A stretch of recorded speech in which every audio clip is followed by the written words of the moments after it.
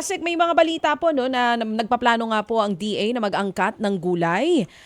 Ano pong eksaktong gulay ang iaangkat ninyo at gaano po karami ito?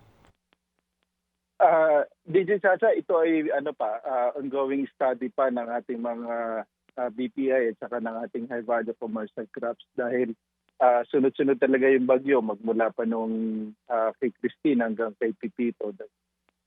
Aning na bagyo at halos parehas yung typhoon track at yung mga major vegetable producing areas natin, yung mga lubang tinamaan at almost more than 2 billion yung napinsala dito sa ating high value crops. Ang strategy natin ay tingnan muna doon sa ating ibang vegetable producing areas ng Visayas at Mindanao. At kung okay na ito, hindi naman kailangan mag-angkat na, pero kung hindi sasapat, doon lang mag-angkat. So sa ngayon ay under study pa siya, hindi pa natin masabi kung ano yung volume at anong klase ng mga gulay.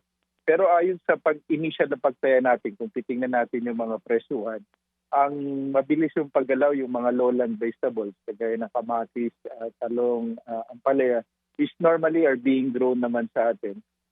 Kanya lang talaga halimbawa ng Southern Tagalog, itong Vizcaya area, Central Luzon. Sila rin talaga yung lubang na apektuhan na taniman talaga natin na mga pinakbet na mga gulay.